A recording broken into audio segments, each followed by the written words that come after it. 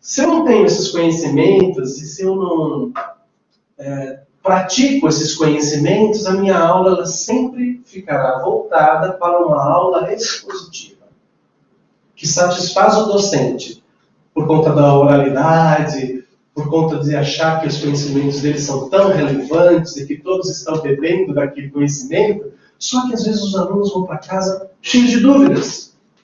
Puxa, eu não entendi muito bem aquele ponto, eu não entendi muito bem aquele ponto. Então o docente precisa rever. Hoje em dia no mercado, o docente que não se atualiza, não tem um diferencial na sua formação, ele vai ficando como essas metodologias, vai ficando obsoleto no mercado, vai ficando arcaico. Uma nova geração de professores mais antenados com as metodologias ativas estão sendo colocados no mercado, professores novos, eu conheço professores doutores com menos de 40 anos, 30 e poucos anos, que eles já têm uma visão tão diferenciada de docência, mas os professores mais tradicionais ainda ficam muito preocupados em fazer apenas um bom slide. E o bom slide não é o suficiente para gerar os processos relacionados à aprendizagem. Ter bom slide não significa muita coisa. Tem alunos que às vezes me pedem, professor, me dá os slides, eu mando. Mas se ele não tiver familiaridade com tudo aquilo, de que valerá ter aquelas informações, né? Então, aqui é só para me apresentar. Eu serei um dos docentes do curso aqui de Neuropsicopedagogia da instituição, e o time de professores é um time de mestres, professores especialistas, então acho que vai ser muito interessante. E eu tenho mestrado na área de educação e ciência. Isso é muito interessante porque juntou as duas áreas que historicamente não se falavam, a ciência e a educação. Então esse é um mestrado muito interessante que juntou essas duas áreas, então dá uma visão já diferente sobre os processos que envolvem saúde, educação, bem-estar, educação. Dá para aprender se eu não tenho educação? Não dá. Dá para ter educação se eu não tenho saúde? Também não dá, fica difícil. Então, é um programa bastante interessante. Aí, minha formação sempre na área da educação, né? Pedagogia, especialista em desenvolvimento humano, educação e inclusão, psicopedagogia. Trabalhei muitos anos, ainda trabalho na área de educação corporativa, que é trabalhar com andragogia, e eu sempre acho bem interessante que o neuropsicopedagogo ele tem uma oportunidade de trabalho de áreas muito distintas. Isso é muito interessante. Alguns alunos me perguntam, Marcelo, eu estou pensando em fazer uma pós, o que você acha? Eu faço psicopedagogia? E eu sempre falo, olha, tem tantos pedagogos, né? Há muitos psicopedagogos e, pasmem, alguns psicopedagogos me procuram, e aí é um trabalho de consultoria que eu faço com esses psicopedagogos, eles acabaram de se formar e falam, Marcelo, eu não sei como que eu faço as minhas sessões. Eu só sei que a primeira sessão eu vou fazer uma anamnese, que é uma investigação. Na neuropsicopedagogia nós também faremos. Mas e o que eu faço nas outras sessões? Então, eu falo, olha, é muito ruim chegar com um profissional que acabou de se formar e ele quer uma fórmula. Eu preciso de 10 sessões. O que eu faço nas 10 sessões iniciais? Pelo amor de Deus, me ajuda. Então, eu trabalho como um serviço quase de coaching, né? Oriento, olha, você vai fazer isso, oriento. Então, é um beabazão do que ele não viu na formação. Esse psicopedagogo e o neuropsicopedagogo podem atuar na área clínica, na área institucional, pode atuar, por exemplo, em grandes empresas atendendo o mundo corporativo. A minha experiência no mundo corporativo, de muitos anos trabalhando com executivos e tudo mais, se eu não tivesse os conhecimentos neurocientíficos, isso não seria um diferencial, porque tem muita gente dando palestra para adulto.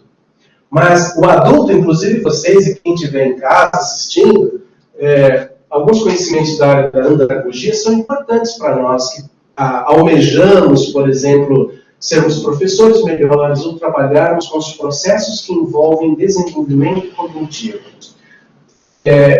Eu sempre uso um desenho simples para exemplificar que nesses processos que envolvem a aprendizagem de adultos, o que isso aqui parece, gente?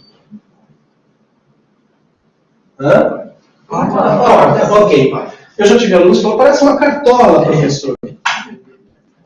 E por que nós usamos a lousa? Eu poderia só falar tudo isso, não poderia? esse recurso é para registrar um pouco mais. Grandes convenções, grandes congressos, tem telões maravilhosos, mas sem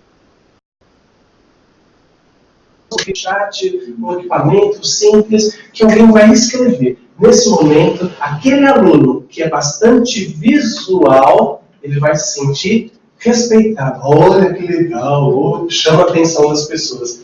O bom professor, ele tem que mesclar na sua palestra várias metodologias. Isso facilitará a aprendizagem. Então vamos lá, vamos falar um pouquinho sobre esses processos que envolvem a andragogia, tá? A andragogia, grosso modo, né, e o neuropsicopedagogo vai atuar também nessa área. A andragogia, então, é a junção de dois termos, né? Andros, que significa homem feito, e agogia, ou agogé, que significa ensino. A grosso modo, resumindo bastante, é o ensino do homem feito. O homem feito, de uma forma genérica, é o adulto, homem e mulher. Como é que o homem, a mulher, como é que o adulto aprende? O adulto aprende por duas portas preferenciais, que são os canais preferenciais de aprendizagem, que é a porta da necessidade. A outra porta é a porta do interesse. Uma porta, geralmente, ela tem maçaneta do lado de dentro e do lado de fora. Então, nós podemos abrir a porta por dentro ou por fora. Se o aluno, então, ele não tiver interesse e nem necessidade para aprender um determinado assunto, ele não vai aprender. Pode ser um professor mais renomado dando aula, mas se ele não tem necessidade, não tem interesse, não vai. Quem já deu aula no ensino médio sabe como que é. Como despertar interesse numa turma que às vezes está cansada, ficou na balada, está meio aí, quer ficar no celular, quer ficar lá no WhatsApp, no Facebook. Como é que eu faço para despertar necessidade e interesse? O professor que conhece técnicas para chamar a atenção e envolvê-los através das metodologias ativas e através dos conhecimentos de como o nosso cérebro funciona, aí tem a ver com a neurofisiologia, ele vai saber que ele tem que operar de uma forma diferente. Ele tem que dinamizar a sua aula. Então, eu posso abrir a porta do interesse se esse aluno não tem interesse. Como é que eu faço para abrir a porta do interesse? É colocando algo diferente na sala de aula. Ele está acostumado com uma mesmice? Então, naquele dia, eu faço um círculo, eu mostro diferente, eu trago fotos, eu trago um crânio, enfim, eu faço algo diferente para chamar a atenção e despertar o interesse. Esses alunos gostam só de música assim. Professores de cursinho já sabem disso há muito tempo. Pegam uma música que os jovens gostam bastante, mudam a letra, é uma forma de despertar o interesse. Eu já vi muitos jovens, meu filho um deles, né, hoje ele faz mestrado em física, mas meu filho disse: pai, eu aprendi bem física, as fórmulas da física, através de uma música que o professor do cursinho ensinou. Olha que interessante, despertou interesse. O camarada foi fazer, então, depois graduação em física, fazendo mestrado em física, por conta de um despertar, um interesse que surgiu. Então, a porta da necessidade diz respeito quando aquele indivíduo precisa daquela formação. Há muitas pessoas que participam de cursos de pós-graduação porque percebem, sabem que precisam ter um diferencial na carreira. A pós-graduação é essa porta, é esse diferencial na carreira. Mas tem tanta gente que não tem pós-graduação assim. Então, depende da pós, depende do título da pós, depende do que você vai fazer com aquela pós, não é verdade? Então, eu como docente, eu tenho que abrir essas duas portas, necessidade e o interesse. Então, o ensino de adultos é diferente do ensino de crianças. Crianças aprendem por monitoria. Eu tenho que acompanhar o caderno, o livro. Já o adulto aprende, nós temos que desenvolver no adulto a autonomia. Que é quando, então, esse adulto ele se torna um pesquisador, um investigador de conhecimentos. Ele não depende mais só do que o professor fala, ele corre atrás das outras coisas. Então, todos esses conhecimentos, gente, que nós estamos mencionando aqui, eles são recentes. Os professores, antigamente, na década de 20, de 30, de 40, de 60, não tinham acesso a essas coisas. Então, as aulas para crianças, as aulas para o ensino médio e as aulas para graduação e pós eram quase iguais. Quase a mesma coisa. Então, nós tínhamos um déficit muito grande porque as crianças elas são dificuldades de aprender, porque a prática docente era a prática utilizada na andragogia. E a criança não vai aprender. Só o professor falando, blá, blá, blá, blá, blá, blá, blá, blá. Então, precisa ser revisto. Eu gosto sempre de destacar na minha formação o processo, uma formação que eu tenho, que é de mediação cognitiva, pelo Instituto Forster Internacional, que trabalha muito com aceleração de aprendizagem, um diferencial bem interessante. Eu dou aula em cursos de neurociência, psicopedagogia, neuropsicopedagogia, né, sempre trabalhando muito com essas questões investigativas sobre o funcionamento cerebral e sobre a capacidade de retenção de informações e de resgate de informações. Então, eu trabalho bastante com as questões de memória. Tá? Em que área do cérebro se dá a memória? Onde nós retemos as informações? Como nós resgatamos essas informações? Então, todas essas questões relacionadas à neuroanatomia, neurofisiologia, nós vamos ver aqui no curso também de pós-graduação. Eu estava fazendo um MBA e falo, o professor já pode estudar? Não, ainda estou estudando, né? Gestão de pessoas e coaching. Vamos avançar aqui. Isso aqui é só um site de informações, quem quiser conhecer um pouco mais do trabalho, marceloclemente.com.br. Bom, essa imagem aqui, ela é bastante interessante. Eu teria um pouco de dificuldade para fazer tudo isso bem coloridão, mas eu acho que dá para a gente pensar um pouquinho sobre esse novo campo do saber, que é a neuropsicopedagogia. No Brasil, nós temos, por exemplo, a Associação Brasileira de Neuropsicopedagogia, que tem cerca de 12 anos de trabalho no Brasil, já trabalhando nessas questões de formação, de consultórios, preparando neuropsicopedagogos, empoderando-os para que eles tenham uma prática no consultório, na clínica, no institucional que seja relevante. Então, mas em outros países, a neuropsicopedagogia já tem mais tempo de estrada. Né? Então, no Brasil, ela é recente. Então, é um campo de pesquisa interessante. Se você entrar nas redes de bancos de artigos científicos e colocar essa temática de neuropsicopedagogia, você já vai ver muitos artigos relacionados à aprendizagem. Então, campo de pesquisa. O profissional que tem uma formação nessa área, ele tem um diferencial. Eu disse ainda há pouco, né? De alunos que me procuram querendo fazer psicopedagogia. Eu falo, faça neuropsicopedagogia. Né? Tente aumentar essa possibilidade. Por quê? A pós-graduação em psicopedagogia, ela já está bastante consolidada, temos muitos psicopedagogos no mercado, é uma área excelente, eu sou psicopedagogo, excelente área, muito área de atuação muito legal. Mas e a competitividade no mercado? E a concorrência no mercado? Né? Ela é bastante ferrenha. Temos muitos psicopedagogos trabalhando e alguns perdidos, essa que é a grande verdade. Né? Muitos não sabem o que fazer direito. Falta ali algumas dicas, falta ali uma formação, falta ali uma questão muito importante na sua formação acadêmica, que é da sua postura como profissional, do discurso profissional, da prática profissional, de você entender que o psicopedagogo ou o neuropsicopedagogo não é inferior a um psicólogo ou inferior ao médico, psiquiatra, neurologista. Não existe essa questão de inferioridade profissional. São campos específicos, eu tenho que me dedicar a esse campo, eu tenho que conhecer este campo, eu tenho que ter um discurso profissional, uma prática profissional ética, e aí eu vou destacar no mercado. Então eu sempre digo, olha, opte por um curso de neuropsicopedagogia que, do ponto de vista de diferencial no mercado, é relevante, do ponto de vista de conhecimento sobre a fisiologia do cérebro, como a fisiologia diz respeito às funções do cérebro. A anatomia cerebral diz respeito a identificar as áreas do cérebro e nomeá-las. Então é importante conhecer a anatomia cerebral.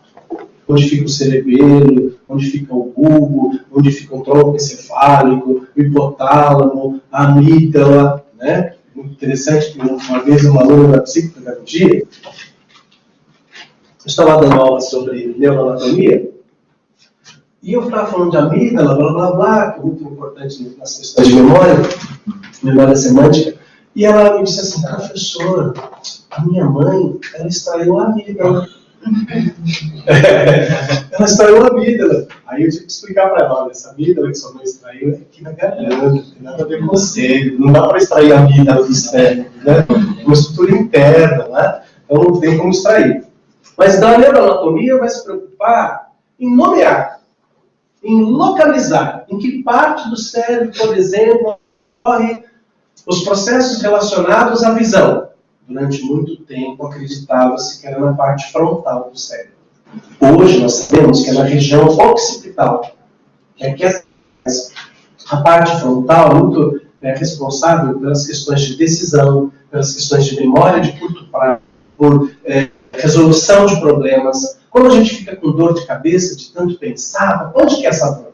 Geralmente é na questão, na região frontal. A gente fala, essa dor é aqui, é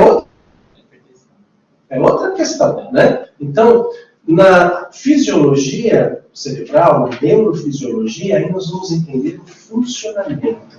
Qual é a importância do hipotálamo, do hipocampo, os lobos parietais, o que eles fazem, o que acontece com a região auditiva. Todas essas questões nós vemos na neurofisiologia. Mas olha só que interessante então. Essa junção de várias áreas, eu sempre digo que a neuropsicopedagogia, neurociências, elas são a junção de várias áreas de conhecimento. Então aqui nós temos, por exemplo, vamos começar com a área da pedagogia. Então a grande área da pedagogia, que é uma área bastante clássica, consolidada na área acadêmica, na pedagogia importante. Então os conhecimentos pedagógicos são importantes. Todo professor de licenciatura, em cursos técnicos, né, não importa, ele tem que ter uma visão pedagógica. Porque antes acreditávamos que o processo de dar aula, de ministrar aula, era a transmissão de conhecimento. Isso caiu por terra já há muitos anos. Porque conhecimento a gente não transmite. A gente pode transmitir conjuntivite, né? Pode transmitir piolho, essas coisas. Mas conhecimento a gente produz. Então, mesmo o técnico de uma área muito específica, eu fui docente coordenador de cursos técnicos da área da informática, né, da computação, há muitos anos, e às vezes nós contratávamos professores do mercado que tinham um currículo muito bom, que conheciam alguns softwares, esses caras eram excelentes profissionais, mas eles não tinham didática, não sabiam dar aula, mas eram bons no que faziam. Mas eu tinha muito problema com esses docentes, porque eles eram bons, tinham conhecimentos técnicos, mas se colocava a camarada lá na frente para ensinar, era um desastre total. Porque não tinha conhecimentos da área da pedagogia. Como é que eu ensino? O que é um plano de aula? O que é um plano de ensino? E o uso do tempo? Como é que eu administro essas questões? Então, a área da pedagogia é muito importante. Na área da pedagogia, quando ela se junta com uma grande área, que é a área da psicologia, e a psicologia educacional, ela é muito importante. Hoje nós sabemos sobre os estágios do desenvolvimento humano por conta de Piaget. A área da psicologia desenvolveu uma série de conhecimentos importantes sobre os processos de aquisição de conhecimento. Então, não tem como nós termos um conhecimento amplo sobre a área cerebral, sobre os processos cognitivos e comportamentais, sem levar em consideração todo o conhecimento psicológico também. Então, na junção da pedagogia com a psicologia, nós temos a psicopedagogia. Na neurologia, que é uma área já médica, que diz respeito ao funcionamento cerebral, quais os impactos em todo o corpo, todas as terminações nervosas, e é tão interessante, não é? Porque o nosso corpo está todo conectado, todo ligado. Então, nós temos terminações nervosas que saem do tronco encefálico pela coluna vertebral, e a ramificação por todo o nosso corpo. A neurologia, ela tem respostas sobre o impacto dessas questões cerebrais. Junta a neurologia com uma outra área. No Brasil nós usamos bastante neurociências aplicadas à educação, mas é uma neuropedagogia. Como é que eu posso usar os conhecimentos relacionados ao cérebro para a educação? Uma outra junção importante, que é a psiconeurologia, que é a área da neurologia com a psicologia. A psicologia ainda tem a área da psicobiologia, que é uma área também muito interessante. Nós temos programas de mestrado em grandes universidades que falam sobre a psicobiologia, que é bastante interessante também. Todas essas junções, todas estas áreas, elas contribuem para a neuropsicopedagogia. Contribuem de que forma? Os conhecimentos que são produzidos por estas áreas, eles passam pelo filtro da neuropsicopedagogia, que tem, então, conhecimentos profundos sobre fisiologia, anatomia cerebral, sobre práticas educativas, sobre a questão comportamental, sobre o desenvolvimento do cérebro. Então, uma visão mais ampla dos processos educacionais voltados para atender pessoas com dificuldades de aprendizagem, e observem, atender pessoas. Eu posso atender uma criança? Pode. Um adolescente? Sim. Um jovem na época de vestibular? Sim. Posso atender um executivo? Sim. Eu posso atender um idoso? Sim. Eu vou falar dos idosos mais para frente um pouquinho. Mas todo mundo que tem alguma dificuldade de aprendizagem, um neuropsicopedagogo com os conhecimentos adequados, conhecimentos contemporâneos, não é? Eu percebo que nós temos uma série de profissionais que se formaram em 1985. De lá para cá não fizeram mais nenhum curso de atualização. O conhecimento ficou obsoleto, gente. Já era. Dependendo da área, já mudou tudo. Então, fica obsoleto. Ah, mas eu tive que cuidar dos filhos. Ah, eu abri um negócio, não deu para estudar, não fiz mais nada. Então tem que correr. Tem que ir atrás de cursos. Tem que ler, tem que ir em palestras, tem que fazer pós-graduação, tem que ir atrás de cursos livres, né? Tem que ir atrás. Então, aqui é uma resolução, artigo 10, da Sociedade Brasileira de Neuropsicopedagogia, que é um órgão que não tem o poder de regulamentar sobre a classe, mas é um órgão que aglutina uma série de conhecimentos importantes, né? Como a Sociedade Brasileira de Psicopedagogia, não é obrigatório você ser associado, mas é interessante saber que existe um grupo de pesquisadores, de pessoas que pensam sobre isso, que fundaram essa associação. E lá tem definições, tem uma série de coisas importantes, normas técnicas, né? Tem muito material importante para o neuropsicopedagogo. E aqui tem uma das definições sobre a área, tá? Então diz lá, a neuropsicopedagogia é uma ciência transdisciplinar, fundamentada nos conhecimentos da neurociência aplicada à educação, com interfaces da psicologia, pedagogia, e tem como objeto formal de estudo a relação entre cérebro e aprendizagem humana, numa perspectiva, eu gosto disso, numa perspectiva de reintegração pessoal, social e escolar. Uma área de atuação muito legal para os neuropsicopedagogos é a reabilitação cognitiva. Recentemente fui dar aula no curso de pós-graduação em reabilitação cognitiva. Público preferencialmente apenas psicólogos. Só psicólogos na sala.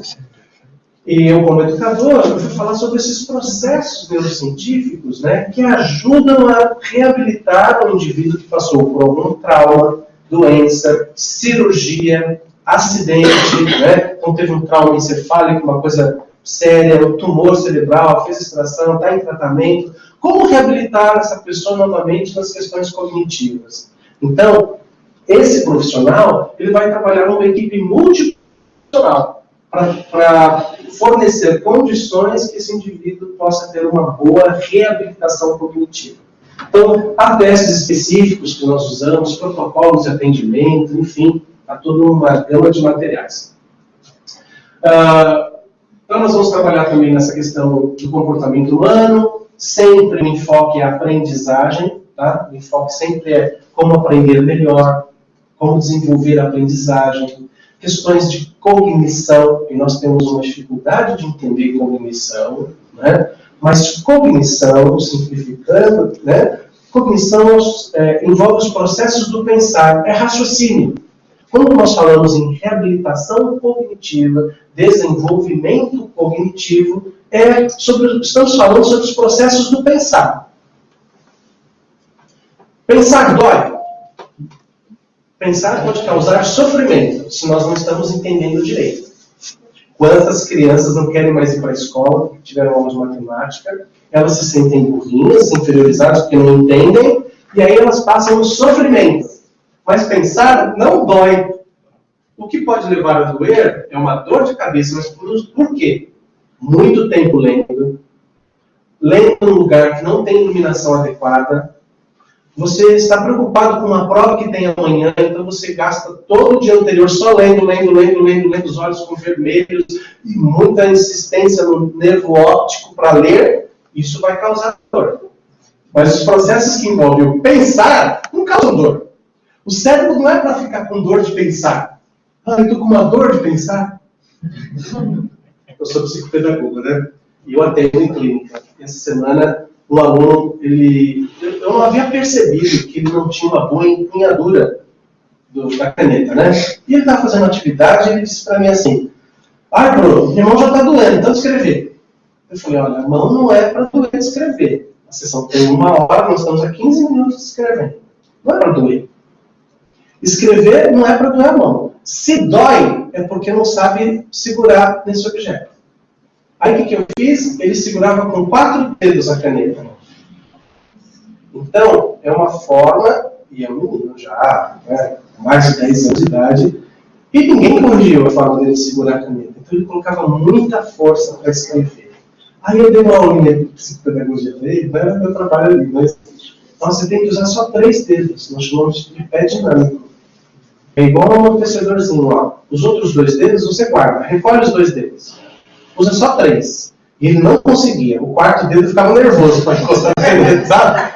Ele usava o dedinho para apoiar no papel, e aqui eu falei, não, segura só com 3, ó, tripé dinâmico. Senão vai doer sua mão. O que eu fiz? Eu peguei um barbantezinho, amarrei na mãozinha dele, coloquei aqui dentro, esquece esses 2 dedos. E ele foi desenvolvendo. Ao término da sessão, eu falei, não tira o barbante não, vamos lá mostrar para o senhor o barbante no dedo, né? E mostrei uma forma de regular comportamento. É uma forma de lembrar. Tem um pouquinho de programação linguística nisso, tem um pouquinho de autorregulação de comportamento. Eu não vou usar esses 2 dedos. Já só esse pé dinâmico. Estou exemplificando essa questão de escrever, porque escrever não é para doer a mão.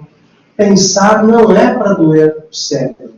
A não ser que você tenha tantas demandas e você tem prazo e você está aflito com alguma coisa, lendo muito tempo, e aí tem algumas técnicas, né? Vocês já ouviram falar, alguns alunos meus já me ouviram falar sobre isso, a técnica Pomodoro, que é uma técnica de estudo que você vai mesclar períodos de leitura e de estudo focados em 20 minutos com pausas de 5 minutos de descanso.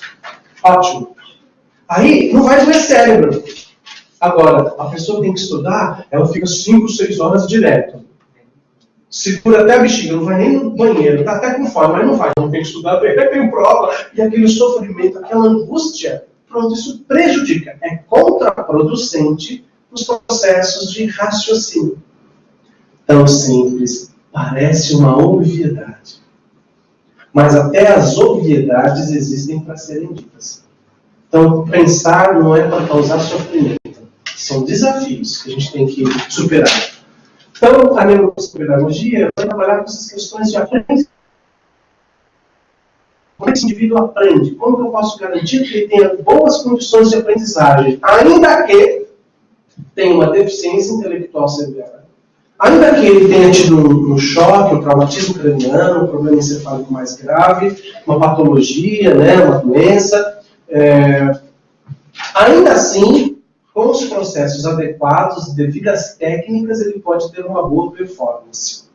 Há um estudioso que eu trabalho bastante, né, que é um teórico do desenvolvimento cognitivo, ele é um cognitivista, Ruben Foster, falecido em 2014, ele diz o seguinte, que nem o DNA tem a última palavra quando o que está em jogo são os processos de aprendizagem.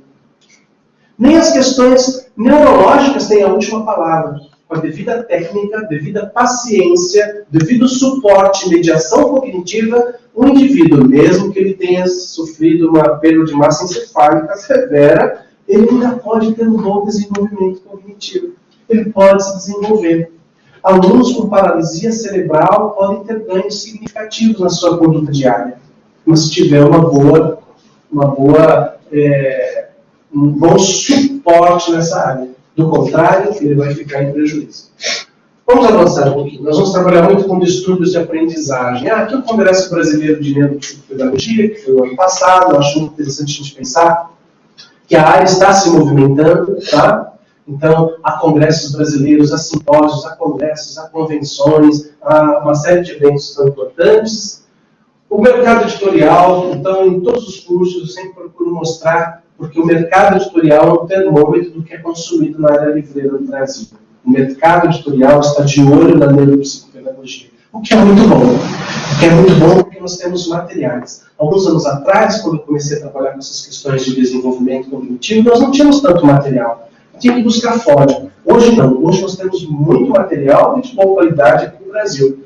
Então, nós temos muitos livros já que falam sobre a neuropsicopedagogia, no enfoque institucional, no enfoque clínico, as habilidades cognitivas. Aqui, por exemplo, só focado na matemática, e a matemática sempre é uma área de grande sofrimento estudantil. Então, hoje nós temos uma visão diferenciada sobre os ensinos da matemática, guia prático de neuroeducação, neurociência, neuroeducação e neuropsicopedagogia. Então, os aspectos introdutórios, dificuldades de aprendizagem, uma abordagem neuropsicopedagógica, esse é do Vitor da Fonseca, um grande pesquisador sobre os processos da aprendizagem. Então, o mercado editorial está de olho nessa área e ainda tem muita coisa para ser produzida. Muita coisa para ser produzida. Né? Livros e assuntos e temas que são interessantes para a formação do neuropsicopedagogo e para o desempenho da sua carreira de uma forma tem um diferencial na sua abordagem. Então, o neuropsicopedagogo, o olhar dele é diferencial, é diferente do psicopedagogo. O psicopedagogo ele se preocupa bastante com as questões de intervenção pedagógica. O neuropsicopedagogo ele vai se preocupar bastante com as questões de aprendizagem, com as intervenções psicopedagógicas, mas também por que o aluno chegou nesse estado. Quando nós sabemos o motivo, a razão, quando nós sabemos o porquê da origem do problema, vocês concordam que é mais fácil de resolver? Se eu tenho um carro que está com um problema e eu não sei qual é o problema, eu ando até o motor fundir. Agora, se eu conheço sobre o funcionamento do motor, algum especialista já me falou, olha, isso aqui é aquele probleminha assim, é mais fácil de resolver. Não precisa trocar todas as peças do motor, não trocar todo o motor. A gente trabalha, regula aquela peça. Então, as mesmas coisas nos processos que envolvem a aprendizagem. Então, vamos ver aqui as atribuições do neuropsicopedagogo. Bom, eu dividi aqui esses slides em duas atribuições por slide. São 3 slides apenas. 2 atribuições nesse primeiro slide. A primeira atribuição do neuropsicopedagogo, então, observação, identificação e análise. Essa análise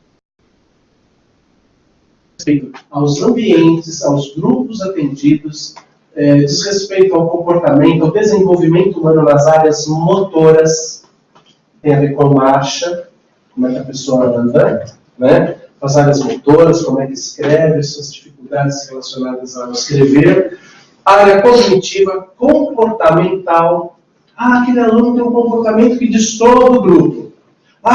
E aí, na área de educação, né, eu sou ratinho da área de educação há muitos anos, e geralmente uma criança, quando ela destoa por conta de comportamento do grupo, alguns colegas, desavisados, talvez eles dizem, olha, essa criança, meu Deus do céu, essa criança tem hiperatividade. Precisa falar para a mãe dela comprar medicamento, Ritalina, conserta, meu Deus, esse menino aí tem problema. Será que tem? Só uma observação do comportamento é o suficiente para falar para a mãe, procura um psiquiatra, um neurologista, pede para eles esse remédio, viu, mãe? Só falta o professor ainda bater o carimbinho lá, falar, compra esse remédio, vai na farmácia. Então, o consumo aumentou. Eu tenho uma visão bastante séria sobre a medicalização da educação.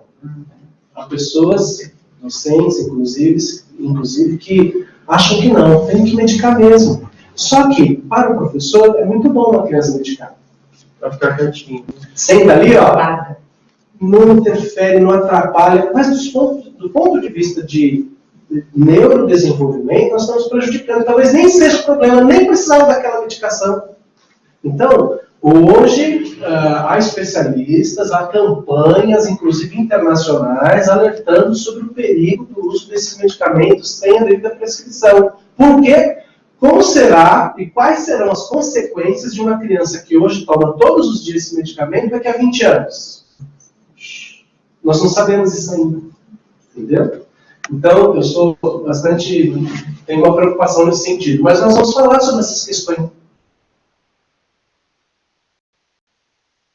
fundamentais, que envolvem os transtornos de aprendizagem.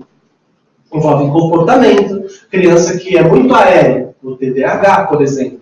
Pode ser ou pode não ser. Então, qual a diferença de uma criança que tem TDAH, TDAHI? TDAHI é uma comorbidade do TDAH. Para quem não é muito da educação, né?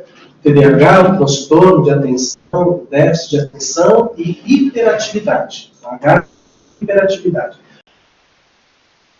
O finalzinho é de impulsividade. Quando junta a hiperatividade com a impulsividade, é uma comorbidade que gera no indivíduo bastante sofrimento, porque ele se sente inadequado nos ambientes.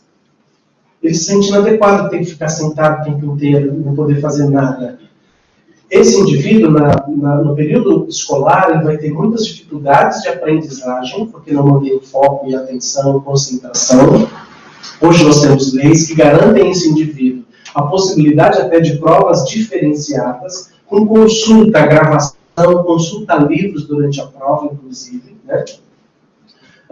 Mas na adultez, esse indivíduo, ele pode, justamente porque ele é impulsivo, e sempre as pessoas dizem, esse menino é maluco, esse menino é doido, esse menino não tem jeito. Ele vai acreditando que ele não tem jeito, e alguns acabam tendo um comportamento muito consumista e impulsivo em algumas áreas. Muitas pessoas que têm, acabam se envolvendo com drogas, sem ninguém na família ter esse histórico, muitas vezes é fruto do TDAHI. Ninguém na família tem vício de álcool e essa pessoa tem. Ninguém na família nunca se endividou demais, nunca ninguém teve essa pessoa acumula dívidas. Porque consome. O ato impulsivo é o ato de agir sem pensar. Falar sem pensar. Todos nós nessa sala, e quem está nos assistindo, um dia agiu de uma forma impulsiva, ou até age uma vez ou outra de uma forma impulsiva. Compra uma coisa, daqui a pouco se arrependeu do que comprou. Isso é normal. O impulsivo, até tem uma brincadeira que a gente faz com as palavras, que o impulsivo é impossível, viu? Esse camarada, ele compra, pode se tornar um acumulador. Na droga não tem limite, no álcool não tem limite. Tem cura? Não cura, mas há tratamentos medicamentosos e regulatórios, né? Então, é uma série de, inclusive, aplicativos no celular que ajudam essa pessoa que tem esse transtorno a regular o seu comportamento. E esses softwares, esses aplicativos, o indivíduo, então, ele tem acesso e o médico, o psiquiatra, quem faz o acompanhamento, também tem acesso aos resultados desse aplicativo. O que vai ajudar esse indivíduo a regular a sua rotina.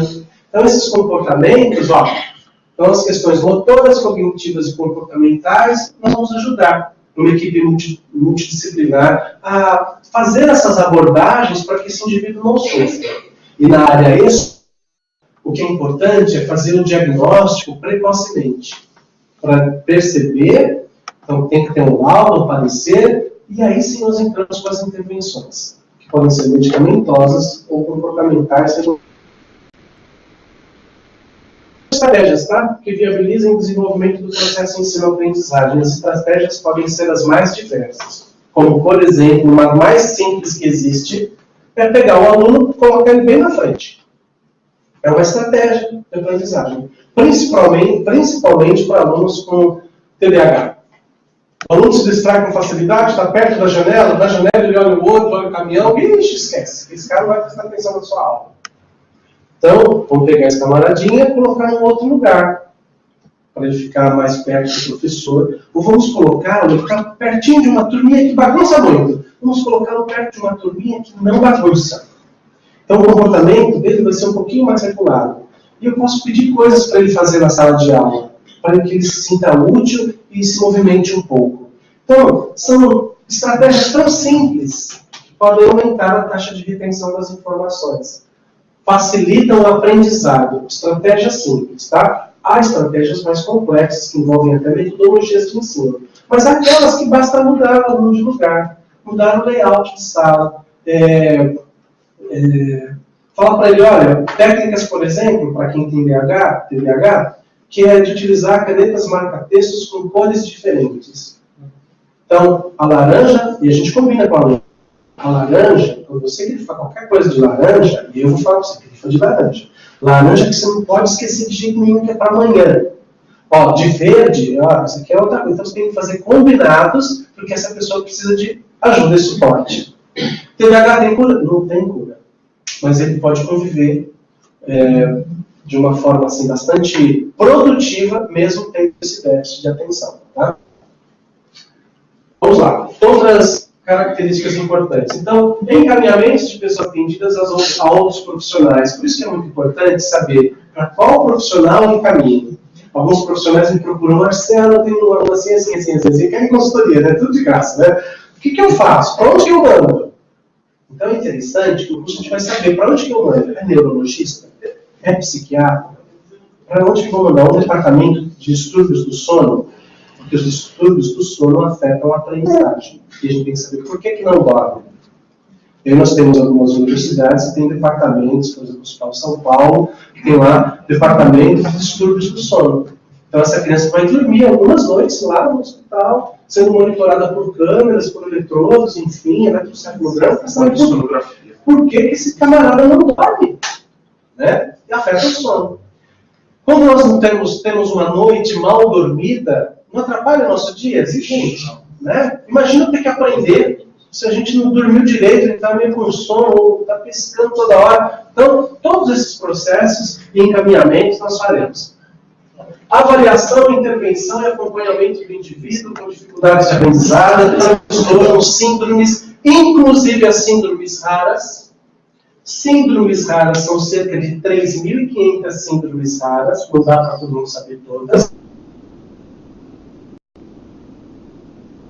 Tá? Então, isso é a questão mais frequente, a gente tem que saber como tratar, a gente tem que saber como desenvolver este aluno com uma síndrome, ou altas habilidades, né? Porque antigamente, a pessoa com alta habilidade cognitiva, ele também é superdotado, que nós usávamos esse termo, ele era vítima de discriminação, o superdotado. Então, esse superdotado, ele tem... Se ele está numa escola normal, regular, ele se sente extremamente desmotivado e ele quer evadir da escola. Por quê? Vocês sabem por quê? Porque não tem desafios. Tudo que a professora fala, eu já vi, cara, eu já vi tudo, eu já vi no YouTube, eu já vi isso, eu pesquisei no site, isso aí tudo eu já sei, eu podia dar aula no lugar dela, eu não aprendo nada aqui. E é verdade, em alguns casos, para algumas crianças com altas habilidades, além de escolas especiais, ele pode passar por um processo de seriação. Ele, por exemplo, está no 5º ano, ele vai para o 9º ano direto. Faz algumas provas, alguns testes, e ele vai. Nos Estados Unidos isso é bastante frequente, né? Então nós temos casos lá de meninos com 13, 14 anos que já estão na universidade. Como é que pode isso? Muitas vezes por conta dessas altas habilidades. Então nós vamos trabalhar com essas questões. Bom, a criação de estratégias, a gente já mencionou isso, do processo de ensino-aprendizagem do aluno, e nós também vamos trabalhar com as questões, e aí é na área mais de consultoria, de assessoria, orientação pedagógica, os processos de ensinagem, que é um termo recente que foi cunhado para mostrar que, antigamente, quando o aluno não aprendia, a resposta, o aluno tem problema de aprendizagem. Ele não aprende também, mora longe, pega 3 anos para chegar na escola. O menino não se alimenta direito, olha que magrinho. Ele é filho de pais separados, pais se divorciaram, ou o pai está preso, qualquer coisa assim, a culpa é sempre do aluno. Problema de aprendizagem, porque eu ensino direito, todo mundo aprendeu. Agora nós falamos também de problemas de ensinagem. Você ensinou certo? Você soube ensinar para aquele aluno? Com as carências que ele tinha, com as dificuldades de aprendizagem que ele tinha, você ensinou certo para aquele? Então, às vezes, nós pensamos que é só ensinar no grupão, né? Porque aquele indivíduo tem carências específicas do processo de aprendizagem e a gente tem que suprir. Quem é que vai suprir isso? É o professor, né? Então, protocolos e instrumentos de avaliação e reabilitação. O DSM-5, né, lançado em 2013, ainda mais recente, que era um manual de desordens cognitivas e mentais, que é bastante importante. Ele fala bastante sobre os transtornos de aprendizagem, eles, as síndromes que impactam o desenvolvimento cognitivo e motor. Então, é um documento muito importante, né? Elaboração de relatórios, laudos, pareceres técnicos, né, profissionais, o neuropsicopedagogo ele tem que ter essa prática de registrar. Tudo que é quantificável, tudo que é digno de registro não pode ser perdido, porque nós estamos trabalhando com pessoas, né? Então, a ética, inclusive na área da saúde, em lidar com o outro, é esse trato. Você tem que ter realmente protocolos de atendimento, registros, o que foi feito naquela sessão, como ele tem se desenvolvido. Ao término de um período de sessões, você possa expedir, então, o seu laudo, o seu parecer. Como ele chegou, depois das intervenções, como ele está hoje. Então, tem o marco 0, tem o marco 1, são vários momentos de avaliação que eu vou fazer com esse paciente. Há alguns casos que 10 sessões podem ser suficientes. 10 sessões duram mais ou menos 3 meses. Podem ser suficientes para ajudar aquele aluno em algumas questões importantes. Há alguns casos que essas sessões serão frequentes. Tá? Quanto teria? 1 ano, 2 anos, 3 anos. Pode se passar, semanalmente, pode ser quinzenalmente, depois de um tempo pode ser mensalmente, mas ele vai precisar de suporte, tá? Encaminhamento aos profissionais, já mencionei. Vamos lá, rapidinho. Neuropsicopedagogia, sua fundamentação na neuroanatomia e a neurofisiologia. Hoje nós sabemos que o cérebro ele tem várias áreas de atuação importante, né? Então, antigamente, principalmente no Egito Antigo, quando eles mumificavam os faraós e tudo mais, as técnicas de mumificação eram extremamente eficientes, que ainda hoje nós temos pessoas que foram mumificadas há 5.000 anos atrás, e os caras estão lá, não estão inteirão, mas o corpo não se decompôs. Isso é incrível. Mas o que os egípcios antigos faziam com o cérebro? Vocês sabem? Quase uma curetagem. Eles enfiavam pelo nariz uma série de ferramentas, cortavam o cérebro e sugavam o cérebro, e aquilo era descartado, porque cérebro não serve para nada. Então, historicamente, durante muitos anos, e na história recente da humanidade, século XV, XVI, a igreja exerceu uma forte influência sobre a área acadêmica e científica. Podia-se examinar o corpo humano inteiro, abrir, estudar o corpo humano, mas o crânio não se abria, porque acreditava-se que o crânio era a sede da alma. Onde a alma mora no corpo? A alma mora aqui. Então, durante muitos anos não se estudava cérebro, né? Então, de alguns anos para cá, séculos para cá, que a gente começou então a estudar cérebro. E hoje nós já sabemos quais as áreas do nosso cérebro, e o cérebro ainda é uma área, um campo incrível, né? Então, mas hoje nós não sabemos o tato, a associação visual que eu falei na região aqui de trás, no campo da visão, nessa área, movimentos básicos, movimentos coordenados, comportamento, emoção, fala, audição, na parte interior, onde nós vamos ter o hipocampo, o hipotálamo, a amígdala, no tronco encefálico, as áreas responsáveis por respiração, batimento cardíaco, memória, é tudo no cérebro. Então, hoje nós temos esses conhecimentos que antigamente nós não tínhamos. Então, cada vez mais nós vamos entendendo os aspectos que envolvem a motricidade, a aproximação matemática, atenção visoespacial, julgamento moral, memória espacial, raciocínio figurativo e analítico. Dei aula durante muitos anos de raciocínio lógico, né? Onde ocorrem todas essas questões? Hoje nós sabemos que é na região frontal do cérebro. E o que isso tem a ver? Se uma pessoa tem um acidente, por exemplo, e ela tem um traumatismo craniano na parte frontal, nós podemos imaginar quais os prejuízos essa pessoa terá. Se for em criança, nós podemos imaginar quais são os prejuízos, mas a criança, ainda por conta da plasticidade cerebral, há uma regeneração incrível. Há pessoas que dão o nome de sorte, há pessoas que dão o nome de Deus. A ciência mostra que a plasticidade neuronal está funcionando. Então, hoje nós sabemos. Então, saber as áreas que são responsáveis por todo o comportamento, todo o funcionamento do nosso organismo é importante, porque dependendo da área afetada, nós vamos ter práticas próprias voltadas para a reabilitação daquele indivíduo.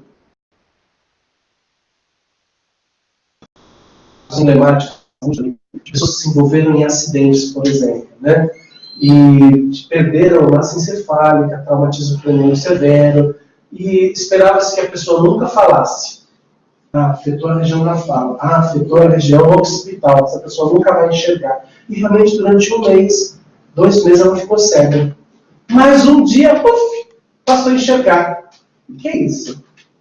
As síndromes, eu falei das síndromes raras, né? Estou na região occipital. Síndromes raras, síndrome de Usher. A síndrome de Usher é uma síndrome bastante severa que acomete o indivíduo e ele vai perdendo gradativa e progressivamente e concomitantemente ao mesmo tempo, ele perde audição e visão. E aí ele vai se tornar um surdo cego. A surdo-cegueira congênita, de nascença, e aquela adquirida.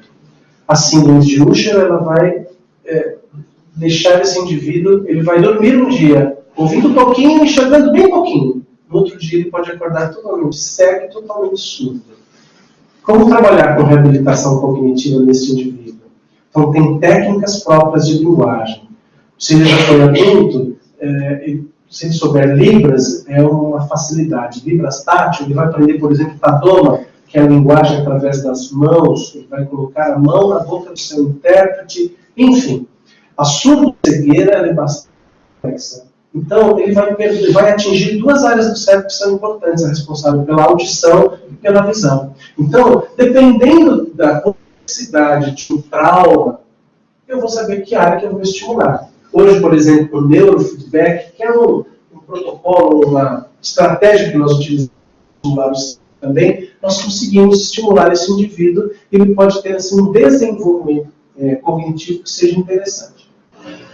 Bom, aqui são as estruturas internas, que são importantes, e aqui eu selecionei basicamente o que elas são responsáveis, só para vocês terem uma degustação do que nós vamos ver no curso, que é importante, né? Então nós vamos estudar bastante, por exemplo, as questões relacionadas, aqui não tem um corte transversal, acho que nos outros slides nós vamos ter, mostrando o tálamo, hipotálamo, sistema límbico, cerebelo, que é o pequeno cérebro, né? Que é muito importante, e os córtex, o frontal, parietais, os temporais, os occipitais. Cada área é responsável por uma determinada área.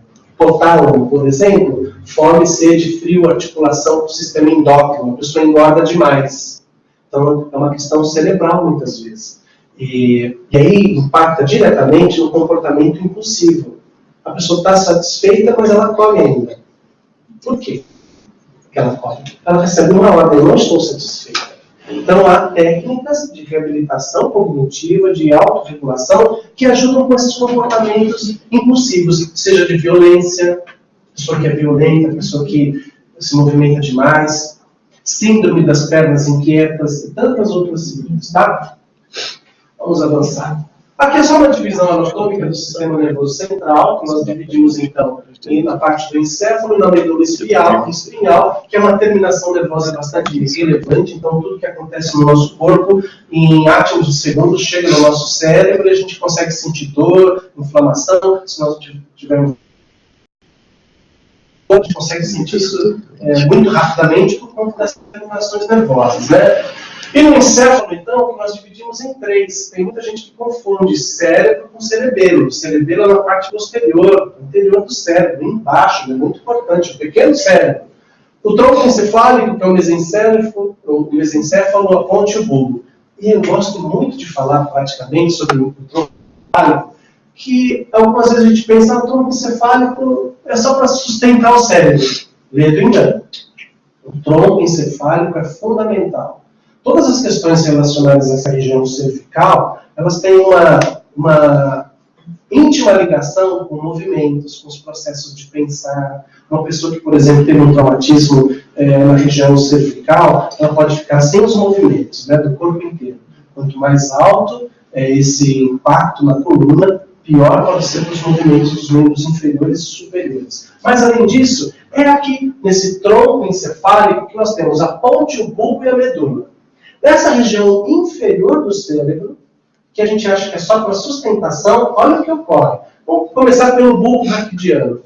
Relaciona-se com funções vitais, como respiração, que eu havia mencionado, batimentos cardíacos, pressão arterial e alguns tipos de reflexos, como mastigação, fala, piscar de olhos, secreção lacrimal, vômito. Quem cuida desta área no nosso cérebro é esse cidadão aqui, o bulbo, aqui no meiozinho de azulzinho claro.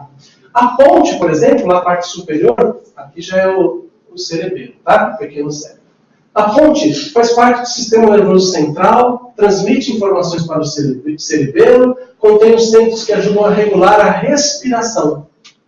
Então, o movimento de expansão da caixa torácica, quem manda nesse funcionamento, que muitas vezes é um movimento espontâneo, né, como o músculo cardíaco, que tem seus movimentos espontâneos, quem manda aqui é a ponte. O mesencéfalo conecta o cérebro e o tronco encefálico.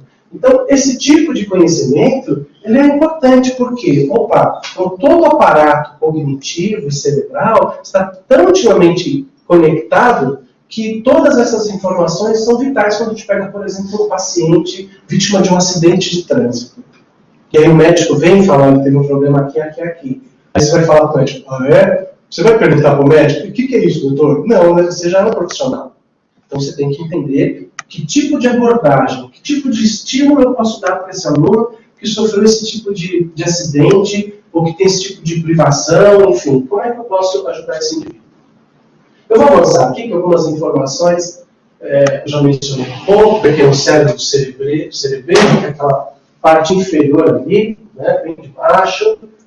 A sinapse nervosa, nós temos também uma série de erros nas questões das sinapses, né? Eu já vi professores falando do choque sináptico, que quando dois neurônios se encontram, se batem, e aí ocorre então o processo das sinapses. Isso é um equívoco técnico, né? Na verdade, os processos sinápticos não há choque, há uma aproximação de descarga elétrica, e aí então essas correntes sinápticas, ela acontece, que é quando o indivíduo está pensando.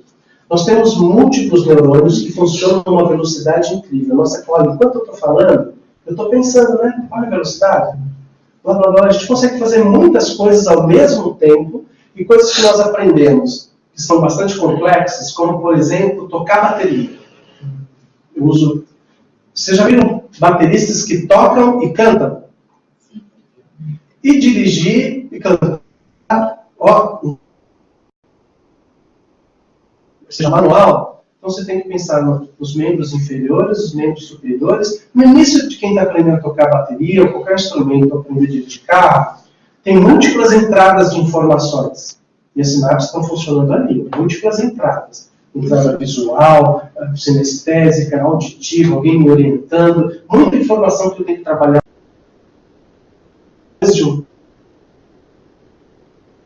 Projetadas, a gente faz naturalmente as sinapses que elas vão colaborar para o processo de memória. Então, a memória acontece graças a quem? Aos processos sinápticos. O indivíduo tem uma pouca memória. Dá para estimular a memória? Dá. Há técnicas de resgate de informações, tá? Aí são exercícios cognitivos que nós utilizamos. Os tipos de memória nós vamos ver no nosso curso, que é muito importante, memória episódica. Vamos falar um pouquinho sobre as dificuldades e transtornos de aprendizagem. Os transtornos de aprendizagem, eles ocorrem e eles têm essa interface com esses 4 elementos importantes. O primeiro deles, histórico, cultural, social. A criança não se alimenta direito, ela pode ter problemas de aprendizagem. Então, a criança ela veio de um problema de um trauma familiar, de violência doméstica, ela pode ter problemas de aprendizagem. Questão emocional. A criança não está bem, o indivíduo adulto não está bem, afeta a questão da aprendizagem. Uma pessoa está estudando na faculdade, terminou o namoro, noivado, estava com tudo pronto para casar, sei lá, alguma coisa assim. Isso afeta a vida sentimental, a vida emocional. Perdeu o pai, perdeu alguém querido, a parte emocional pode afetar a aprendizagem. A parte cognitiva, né, bastante importante nos processos da aprendizagem. Né? E nossa atuação se dará bastante nesse aspecto cognitivo. Mas a gente não pode esquecer também do aspecto biológico, que diz respeito à fisiologia. como é que o cérebro desse indivíduo funciona. Então, os transtornos da aprendizagem são diferentes das dificuldades de aprendizagem, tá? Dificuldade de aprendizagem, qualquer um de nós pode desenvolver em qualquer momento da vida. Né? A gente pode ter uma dificuldade de aprendizagem, vamos imaginar que vem um professor aqui alemão dar aula para vocês. E ele tem um forte sotaque, ele muda as palavras, ele esquece as palavras do português, você vai ter uma dificuldade de aprendizagem. Por quê? Você tem um problema cognitivo? Não. A linguagem utilizada você não está decodificando. Então aí é uma dificuldade de aprendizagem. Então precisa mudar essa linguagem. Né? Então a dificuldade de aprender está relacionada com a metodologia, está relacionada talvez com o som, com problemas visuais. Todo mundo que é professor sabe, o aluno lá no final da sala se faz assim, é um problema visual. Vai impactar na aprendizagem? Vai. O professor dá o sinal de dividir, está lá no fundo, ele pode confundir com o sinal de mais. E o resultado nas provas será ruim. A gente vai falar, esse aluno tem problema, tem transtorno de aprendizagem, tem problema neurológico, não é problema visual. Um bom assim, querido, ó, pronto. Ele vai mandar um bilhetinho para a mãe, a coordenação vai mandar. Mãe, por favor, nós percebemos que você está com uma dificuldade de enxergar a lousa. Acho que era bom passar um oftalmo. Pronto. Muitas vezes problemas visuais, os professores lá na educação básica que percebem e orientam os pais para que procurem. Uma questão tão simples, mas que pode sim gerar uma dificuldade de aprendizagem, mas não é transtorno, é só uma dificuldade, tá? Que pode ser facilmente superada. O DSM-5, então, ele vai falar sobre os transtornos, agora fala sobre o TEA. Só que o TEA tem gerado uma série de confusões, né? Então, ó, TEA, transtorno específico de aprendizagem ou transtorno do espectro autista. Então, quando a gente fala de TEA, vai ter uma palestra lá sobre o TEA. Se informa sobre o que é, viu? Porque você pode pensar que é uma coisa, é outra. Porque o transtorno específico de aprendizagem, pelo novo DSM-5, diz respeito às dificuldades com matemática, escrita e linguagem. Então, é bem específico, não tem nada a ver com autismo. Tá bom? Então, tem que conhecer esses documentos, esses marcos regulatórios que são importantes. Tá bom? Vou mostrar aqui. Dificuldade de aprendizagem eu já mencionei. Ok, deixa eu avançar por conta do nosso tempo. Nós vamos ter um café, né? Vamos encerrar, ainda temos as perguntas. As dificuldades de aprendizagem é quando o indivíduo não consegue entender. Mas não por uma questão cognitiva neurológica. Por uma questão diversa. Cansaço, linguagem, codificação, não está entendendo o material, não está entendendo o que o professor está dizendo direito, uma questão de sotaque, de linguagem que é utilizada. A palavra transtorno ela é muito forte, né? A palavra transtorno ela tem sido utilizada e o DSM-5 ainda utiliza a palavra transtorno. Não usa doença, não usa enfermidade, tem uma outra conotação, né? Então, é uma condição neurológica. A pessoa nasceu assim. Né? Então é uma condição neurológica específica daquele indivíduo, não é uma coisa que seja uma doença que a gente consiga reverter. Né? Então, a síndrome de Down não é doença. Assim como não é doença, o autismo, uma condição neurológica daquele indivíduo.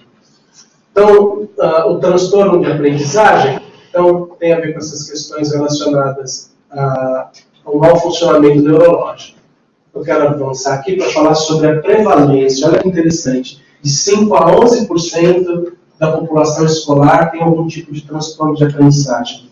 Aqui, já incluindo o TDAH. Então, 11% dos alunos têm algum tipo de transtorno de aprendizagem. Frescura, esse menino é preguiçoso. Olha o campo de atuação do neuropsicopedagogo nas escolas. 11% da população escolar tem algum tipo de transtorno. Transtornos de leitura predominantes afetando cerca de 80% das crianças. Aí é o TEA, transtorno específico de aprendizagem na área da leitura. Leitura e escrita, pode ser. Então, esse termo transtorno está aqui, ó. O DSM-5, o DSM-4 utiliza transtorno, justamente para não usar expressões como doença ou enfermidade, conforme eu disse. Tá? Então, a palavra transtorno é um distúrbio, né, no latim, disturbare, que é uma coisa que sai muito do fluxo natural. Então, é um atrapalho, um atrapalhamento, é um distúrbio. Tá? Qual a atuação do neuropsicopedagogo? Vamos lá, correndo um pouquinho para o nosso tempo. Onde que esse camarada vai atuar? Então, eu digo para os alunos, né, que é uma área interessante de atuação profissional, o diferencial que esse profissional vai ter no mercado de trabalho, ele tem várias frentes de atuação. Vamos ver algumas que já são bastante conhecidas, né? Então, ele atua em escolas, equipes múltiplos profissionais, em clínicas, tá? Clínicas psicológicas de reabilitação neurocognitiva, ele vai trabalhar em ele pode trabalhar em postos de saúde, no terceiro setor. O terceiro setor é bastante importante. Algumas pessoas não entendem muito o terceiro setor, então, rapidamente falando, a sociedade está organizada em 5 setores produtivos, que envolvem dinheiro. Né? O primeiro setor é o governo, em todas as suas esferas: executivo, judiciário, militar, legislativo, as câmaras federais, estaduais, municipais, é o primeiro setor da sociedade. Segundo setor, entretenimento, serviços, né, lazer, é o segundo setor da sociedade. A parte de fábricas, os empresários, é o segundo setor. Terceiro setor, é quando surge da falta de articulação entre o primeiro setor e o segundo setor, surge o terceiro setor, que são as ONGs, organizações não governamentais. Há muitas ONGs voltadas apenas para a aprendizagem. Diversos institutos, casas-abrigo, casas de recuperação, que são voltadas para a aprendizagem, que precisam de um psicopedagogo, de um neuropsicopedagogo, precisam de professores, educadores e pedagogos. Né? O quarto setor é a informalidade. A informalidade no Brasil movimenta bilhões. Então, alguém que abre um negócio, mas não é registrado na prefeitura, não dá nota fiscal, é um mercado informal. E o quinto setor, talvez ele seja um pouquinho cada um deles, é a criminalidade. Criminalidade movimenta dinheiro? Talvez movimenta mais do que tudo, né? Então, mas o neuropsicopedagogo, ele vai atuar no terceiro setor. O trabalho é muito interessante. São as ONGs, igrejas, fundações, institutos, né? Uma série de instituições. Ele vai trabalhar com avaliação neuropsicopedagógica também. Essa avaliação, áreas da leitura, escrita, compreensão de texto, comportamento, então diz respeito à observação psicomotora, as funções executivas, as funções cognitivas e tudo mais. Não compete ao neuropsicopedagogo. A avaliação, isso aqui eu sempre acho muito interessante a gente mencionar, que o neuropsicopedagogo ele tem uma área de atuação restrita. Ele não é um psicólogo, não é um neurologista. Então, cada um tem que ficar na sua área, né? Então, ele não vai fazer, por exemplo, avaliação da inteligência. Há muitos testes cognitivos, mas são testes cognitivos. Não é um exame de QI. O exame de QI, há exames mais simples. Outro dia eu fiz um exame de QI, esse da internet, e deu uma questão muito bom, né? Mas era muito facinho aquilo ali. Então, tem exames de QI que são meia boca. Tá? Então, esse de internet que você faz lá rapidinho, ixi, gente, 5 minutos já falou, parabéns, isso é maravilhoso. Não confia não, viu? Não é menos, gente, ó, menos, né? Não é tudo isso não. Então, ó, transtornos do humor. Por que esse cara é assim? Ele é meio bipolar, hein? O neuropsicopedagogo não vai atuar nessas questões, tá? Da bipolaridade. Transtornos psicóticos. Nossa, esse cara é violento, esse cara, olha, fulano que não sei o que. Não, a gente não vai tratar dessas questões psicóticas, né? Transtornos alimentares. Nossa, aquela pessoa tem um problema na glândula, engorda, emagrece. A gente também não vai tratar dessas questões, né? Então a gente tem que reduzir essas questões. Outro dia alguém entrou em contato comigo, uma pessoa com câncer, no estado terminal, precisava de alguém para fazer esse acompanhamento dessa morte, né? Orientar a pessoa, a família, como é que vai fazer, né? Marcelo, você trabalha com essas questões do cérebro, você não podia atender essa família? Eu falei, não, não é a minha área. Anatologia, eu vi no mestrado, que é o estudo da morte, né? Mas como tratar alguém para morrer? Você sabe? Não é, então, chama o padre, o pastor, sei lá quem. Mas não é função do neuropsicopedagogo mexer com áreas que ele não tem formação. Por exemplo, nós vamos entrar na questão da gerontologia. Perguntas anotem, por favor. Na área da gerontologia, deixa eu avançar aqui, ó. Idosos. Nós não temos na grade ainda conhecimentos profundos sobre gerontologia e sobre os processos de demência, senilidade, sobre o funcionamento e envelhecimento do corpo. Nós não temos. Mas dá para trabalhar com idosos? Dá. Com neuroestimulação, área cognitiva, com marcha, um monte de coisa a gente consegue trabalhar. Mas há algumas questões, para o público idoso, por exemplo, que nós vamos precisar de um fisiologista, de um nutricionista, de um psicólogo. Então, sempre nós trabalharemos de um trabalho multiprofissional, o que eu, particularmente, acho que é o ideal. Para ninguém entrar na área do outro, ninguém... Porque às vezes nós não temos conhecimento sobre aquela determinada área. Ah, não, mas eu quero pegar. Toma cuidado. Né? Então, às vezes você vai entrar numa área que você não tem conhecimento. Trabalharemos sim com idosos. Vamos voltar aqui, junto ao CRAS, OCIPs, ONGs, APAES, todas as instituições não governamentais, vamos ter uma atuação relevante na área que envolve aprendizagem. Tem ensino, tem aprendizagem, tem indivíduos com dificuldade, o neuropsicopedagogo pode ser um diferencial nessas instituições, tá? Aqui nós já mencionamos, linguagem, memória, motivação intrínseca e extrínseca, que é quando o indivíduo está muito desanimado nos processos de aprendizagem. Motivação intrínseca, ele tem que ser motivado, parte dele. Motivação extrínseca, a importância da gente motivar o aluno. Forsten, que é um teórico da educação que eu gosto muito, trabalho muito com o material do Forsten, ele diz o seguinte, ele fala sobre o sentimento de competência. O professor mediador, desenvolve no aluno o sentimento de competência. Eu consigo, eu sei. Estava difícil, mas eu consegui sozinho. O professor me ajudou, mas ele não deu a resposta. Isso gera esse sentimento de competência. Como é importante a gente desenvolver isso? Então, eu tenho que motivar o aluno, motivação extrínseca. Então, essas questões são extremamente importantes. Habilidade matemática, habilidade social, tudo isso o neuropsicopedagogo ele pode atuar.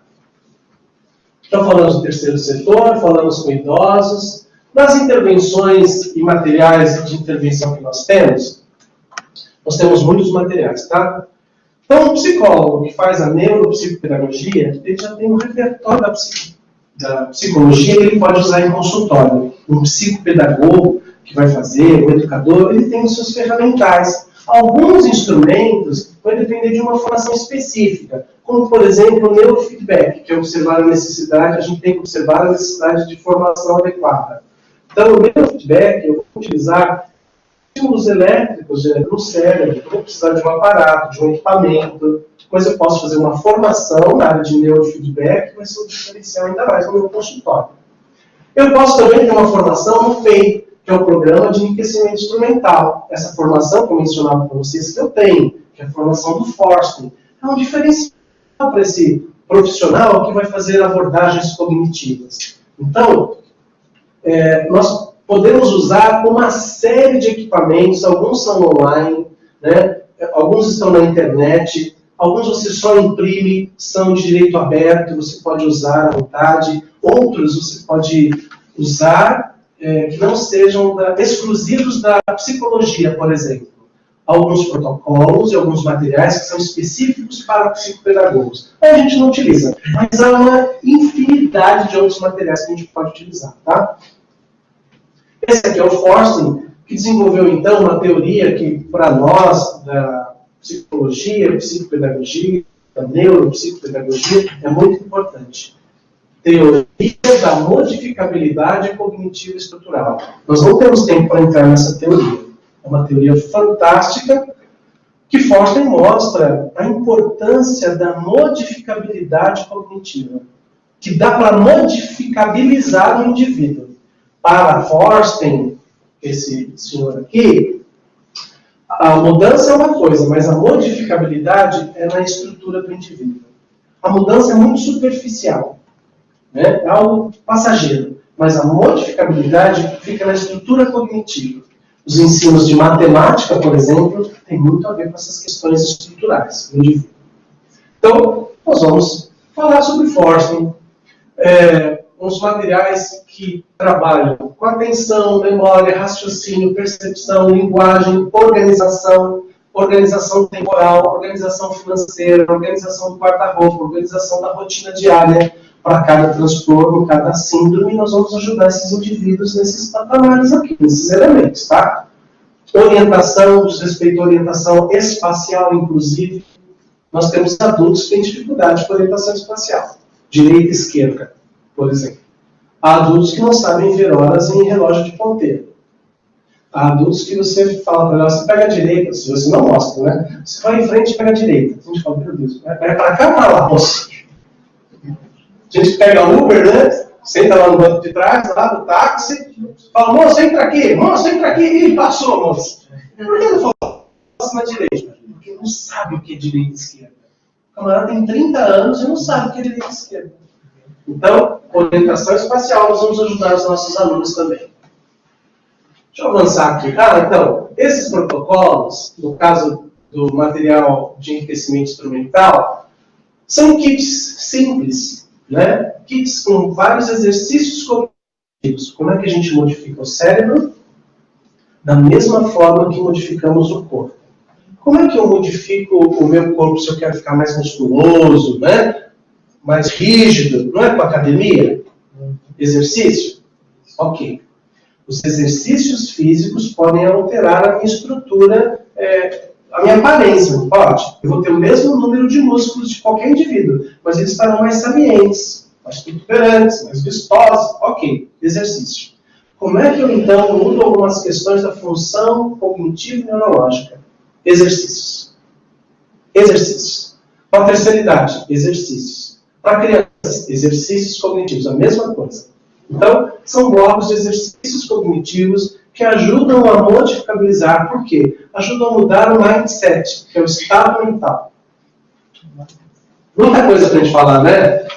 Estou até acelerando aqui, porque é muito material, gente. Então, esse curso é muito rico. Tem muita coisa para a gente estudar do ponto de vista de mudanças cognitivas relevantes, como garantir uma aprendizagem eficiente, como que a gente pode garantir que o aluno, de fato, ele tenha uma aprendizagem que seja significativa, né?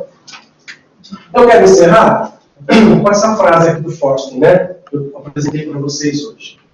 A inteligência não é uma estrutura estática, que a pessoa tem ou não tem. Não.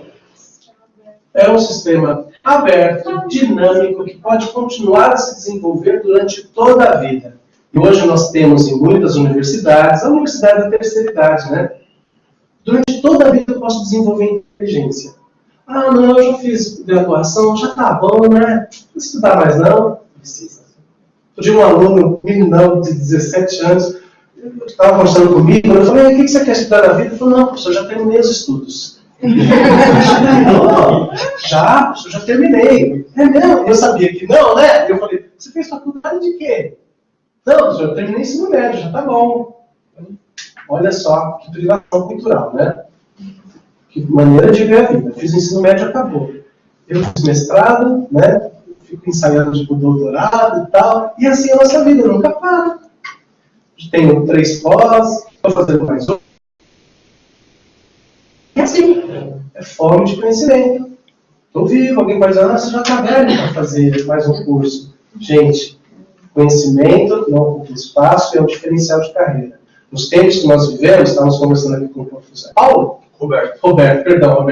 Estava mencionando como o mercado de trabalho ele está cruel. Então, são diferenciais. Eu já trabalhei muitos anos em recursos humanos também. Eu já sou um tiozinho, né, gente? Já fiz muita coisa. Recursos humanos, a gente pega 2 currículos. Esse se formou na faculdade A, esse também na faculdade A. Esse tem uma pós B, esse também tem a mesma pós B, mesmo título, mesmo lugar. Só que esse aqui, depois dessa pós, não fez mais nada. Esse outro aqui, participou de congresso, fez uma outra pós, fez. Ele já tem uma grande vantagem na competitividade em relação ao outro. Talvez o outro até tenha um comportamento melhor, mas a gente não tem como saber o comportamento da pessoa sem contratando, né? Então, O currículo diz muito sobre o indivíduo.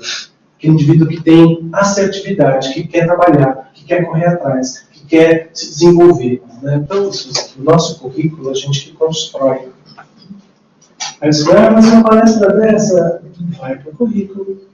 Né? Há pessoas que têm um currículo já muito vasto. Ele fala, não vou colocar. Mas você acha que o tema foi relevante? É tão contemporâneo? Vai. Ah, mas uma palestra de 4 horas e 2 horas vai para currículo? Vai. Porque é legítimo, você não está aqui? Então, o conhecimento que você, né, construiu, você recebeu, então é importante sim.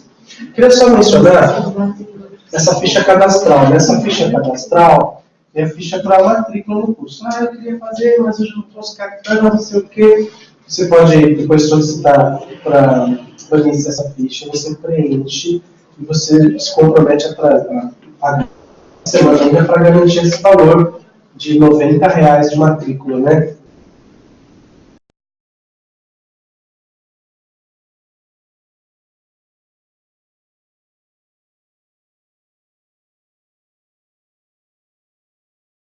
De adolescente ou apenas adultos? Quando eu trabalho com adolescentes, eu pergunto para eles: vocês querem que eu trate vocês como crianças ou como adultos? O que vocês acham que os adolescentes querem? Adultos. Então, como adultos, eu já vou preparando-os para a autonomia. Então, o meu jeito de trabalhar com adolescente é levando em consideração que eles já estão entrando no mundo dos adultos. Eu falo isso para eles: ó, parabéns. Vocês estão entrando no mundo dos adultos. É um mundo de responsabilidades, de maior liberdade, mas tem direitos, tem consequências, tem obrigações. Né? Então eu os trato como adultos. E toda a minha... Tem essa consciência. Não tem. Acho que eles são criancinhos, não vai ficar passando mãozinha. E não, eu vai trabalhar pesado. Então, para adolescentes, nós podemos utilizar assim, as técnicas andragógicas, tá? Que vai valorizar esse desejo pela autonomia. Na questão da autonomia, então a gente pode dizer que no nível adulto ela é muito mais ampla. Seria a vida, né, como ela é na prática. E também tem uma questão importante, desculpa só te interromper, é que a maturidade ela não depende de faixa etária. Há pessoas com 18 anos que são tão maduros e há pessoas com 45 que são moleques. Não é verdade? Então, essa questão também tem uma variável para a gente considerar. Porque essa questão da maturidade, a gente já trabalha com a autonomia desde pequenos, né? Quando a gente ensina eles, a minha blusa ficou, acho que na educação física. Vai buscar. Aí, às vezes, não quer ir, posso ir com um amiguinho? Não deixo ir, porque o amiguinho vão passear e vão bagunçar. Então, tipo assim, a gente sempre está estimulando a serem autônomos, né? Na vida diária deles na escola, com regras, enfim. Então, a autonomia desde sempre é um exercício. Sem dúvida. Mas a parte dos processos de aprendizagem, uma criança, a monitoria deixa eu ver seu caderno, deixa eu ver como é que você fez, a caneta bonitinha, isso é monitoria. Deixa eu ver seu caderno. Para o ensino adulto, a gente não pega caderno para ver. Você confia que ele está fazendo pesquisa, que ele está fazendo as anotações que ele julgar necessária, ele tem autonomia de pesquisa, de estudo. Na pós-graduação ninguém pede. Deixa eu ver seu caderno, se você anotou o que eu falei. Eu lembro do meu primeiro dia na universidade, todo mundo riu, tá, na sala? Porque eu levantei a mão e o professor estava com a retórica dele, lindamente. Aí ele, pois não, é que eu preciso ir ao toalete. Ele, meu amor, na universidade, você levanta, silêncio, não me interessa. E pode ir, sair, você não precisa. Isso é uma questão de respeito. Vou falar outra coisinha. É uma questão cultural. Eu falei que meu filho está fazendo mestrado em física, né? Agora ele está gravando agora, né? No momento que tá. Tá. Ah, meu Deus, então tem que ficar lá pra cá, né? Não pode ficar fazendo. Momento pai babão. Meu filho faz física na França. Médicos Pro. O Assan está fazendo mestrado. E ele me contou: pai, aqui, quando o aluno precisa sair da sala, ele levanta a mão e pede licença ao professor. Ó, cultural. Então você não é europeia, querida. De licença para conhecer. Aqui é o nosso já faz tempo, né? Mas os meus colegas falam assim, você não sabia? Não, você quer sair, você sai. Se eu não quero assistir aula, você sai também. Só não pode atrapalhar a aula. Eu fiquei tão sem graça, eu não esqueci isso até hoje. É bem isso mesmo, é bem isso. Mas assim, ter autonomia, mas é na área da aprendizagem, que a gente quer desenvolver nos adultos, nos adolescentes, essa autonomia, por ser responsáveis pela vida estudantil. Não é mais culpa do pai e da mãe se não aprende. Agora, você tem que dar conta, você tem que vir aqui, tem que anotar, tem que fazer lições. Então, é despertar nesse adolescente essa responsabilidade pela sua autonomia, né? Então, isso é importante. Então, a gente usa técnicas andragógicas também com adolescentes. Crianças autodidatas, a formação social, se elas não vivenciam experiências. Crianças autodidatas, nós não temos tantas crianças autodidatas, né? Crianças que têm a iniciativa de ler por si só. Geralmente isso vai acontecer ou com as altas habilidades, ou quando a criança tem um interesse muito específico numa determinada coisa, né? Então ela gosta muito de ciências, por exemplo, robótica. Nossa, ela gosta de informática e de robótica. Ela pode ter um interesse muito específico nisso, então ela vai ler, ela vai pesquisar, mas as outras áreas, e história, e filosofia, e geografia, e inglês, cadê? Então, é sempre importante a gente pensar que a construção do conhecimento, hoje nós temos muitas metodologias de ensino, nós temos muitas maneiras específicas de ver essas questões. Há escolas que trabalham, por exemplo, com núcleos de estudo, escolas construtivistas que trabalham por núcleos de interesse. Quem quer estudar matemática, vem nessa mesa aqui. Quem quer estudar história, vem nessa mesa aqui. Quem quer estudar geografia, naquela mesa do fundo. Olha que diferente. Então, e é uma verdade, se você tem interesse em uma coisa, você está mais aberto para aprender aquilo. Só que depois tem que fazer uma rotatividade. Você já ficou 2 vezes na mesa de matemática. Você precisa ir para outra mesa, escolhe qual você quer. É uma metodologia. Dá trabalho? Dá. Mas do ponto de vista de aprendizagem, ela pode ser muito mais eficaz. Porque trabalha nos centros de interesse. Tá bom? Vamos lá. Método de ensino disseminado nas escolas públicas brasileiras pode ser considerado arcaico? Eu vou dizer, não só nas brasileiras, né? Em outros países também, que utilizam a educação como a gente conhece. Se você procurar na internet, uma pesquisa rápida, de fotos de escolas da década de 20, salas de aula da década de 20, não mudou nada. O que mudou é que hoje não tem uma lousa uniforme. Nós temos projetores, televisão, mas as cadeirinhas assim, professor aqui. Esse layout, ele é antigo. Nós herdamos da cultura judaico-cristã religiosa. Na sinagoga, nas igrejas cristãs ortodoxas, mais antigas, né? Sempre é esse formato. O rabino, o sacerdote lá na frente, e as ovelhas, o rebanho ali, e alguém falando e os outros recebendo. Paulo Freire, grande educador brasileiro, ele dizia que isso era educação bancária. Eu deposito um monte de informações. Se ele sabe transformar as informações em conhecimento, é culpa do aluno, ele que resolva isso. Não é justo, né? Então a informação bancária, a formação bancária, não dá conta dessas demandas de aprendizagens. Porque os alunos não são receptáculos de informações. São indivíduos que devem ser ativos nos processos de construção do conhecimento. Se nós não entendemos assim, eles vão ficar sempre numa postura passiva. Eu falo, ele ouve. Se entendeu ou não, aí já é problema dele. É muito cruel isso, né? Não é legal. Então eu vou dizer que na escola brasileira e na escola privada, há também esse movimento em prol, né, da busca pelas metodologias ativas. Então eu vou em vários lugares, né, para falar sobre metodologias ativas, dinâmica. Você pode observar que o domínio da norma culta da língua para adultos já torna uma aula mais interessante, tá?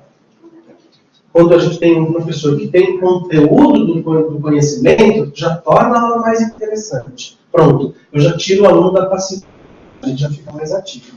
Agora eu tenho que ter uma outra ferramenta para que ele se torne mais participativo. Então, quando por um tema, por exemplo, já é meio caminho andado. Já despertou um encantamento. Caramba, gostei disso que ele falou.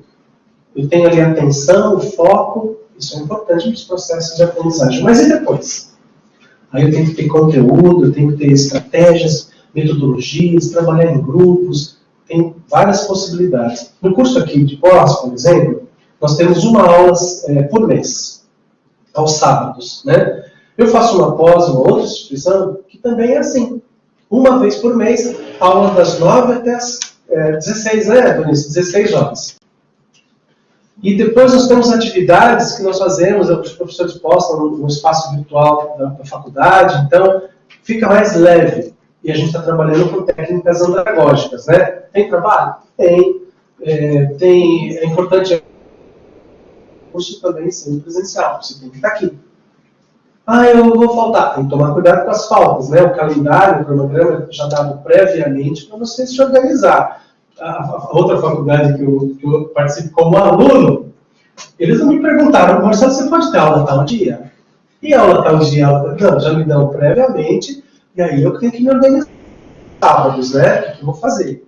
Então, tudo isso desenvolve no indivíduo esse senso de responsabilidade. É um investimento de formação, então é um investimento financeiro, é um investimento de tempo. Eu acho que é muito interessante, tem muitos lugares aí que você quase que compra o certificado, né? O interessante de quem vai fazer atendimentos, no caso, tem que participar mesmo, tem que estar presente. É nessas aulas que a gente encosta o professor na parede, tira dúvidas, e faz perguntas, e troca, conversa com os alunos, é um network, é um negócio de dar um cartão aqui, dar um cartão ali. A gente às vezes sai de uma pós e resolve abrir uma clínica juntos, e assim vai, né? Então acho que isso é muito importante. Em EAD não fica bom assim. Como? Em EAD não fica bom. Então, Roberto, Que falta é isso. É o EAD. O EAD, há pessoas que têm dificuldades com o EAD. Aí eu volto a falar dos estilos de aprendizagem, do método VARC. Então, há pessoas que se dão muito bem em EAD. Sim. Em alguns contextos, vamos imaginar uma pessoa que queira fazer esse curso, mas ela mora... Fala um lugar bem longe do Brasil aí. Mossoró, Rio Grande do Norte. Ela mora lá em Mossoró. E não tem curso de neuropsicopedagogia em nenhum lugar lá. Ela compra um curso à distância. Ela pode se dar muito bem no curso. Ela pode gostar, porque não tem outras possibilidades, mas se o curso é bem desenhado, e hoje a educação à distância se desenvolveu muito no Brasil. Hoje as plataformas são bastante intuitivas, tem fóruns, chats, a pessoa se envolve, né? Agora, há alguns, Roberto, que vão dizer, Marcelo, eu não consigo curso à distância, eu acho muito impessoal. Eu gosto de estar lá, conhecer as pessoas, fazer perguntas, ver o professor explicando direitinho. A gente prefere assim. São estilos de aprendizagem, né? Então, esse curso, ele prioriza isso, porque tem encontros com os professores. Uma vez ao mês é o dia da pós, né? Algumas pós faz tudo muito pingadinho. Então, tem aula segunda, terça e quinta. Cada hora são três horários, né? Três encontros de 3 horas. Mas aí tem intervalo, tem café, tem isso, tem aquilo. Mas você gasta dinheiro com passagem, gasta dinheiro com lanche na cantina, não é assim? Já uma aula que seja uma vez ao mês, é uma vez que você paga a passagem, digamos, né? É um almoço, você vai ter que comer. E você mata aquela questão no sábado, no mês. Depois tá livre. Não é aula todo sábado, é uma vez por mês. Eu acho bastante vantajoso. Transtorno de ansiedade e depressão que acomete os jovens pode prejudicar, né, o acesso ao conhecimento? Como despertar interesse neste caso? Ansiedade, depressão não é um problema especificamente de jovens. Ontem eu faço um processo de coach com uma gestora de uma grande universidade aqui em São Paulo. E essa universidade tem um colégio de alto padrão.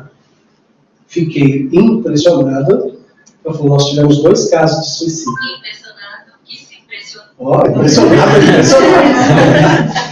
2 casos de suicídio. Então, nós temos um problema histórico hoje no Brasil, que são as questões de depressão acometendo adolescentes.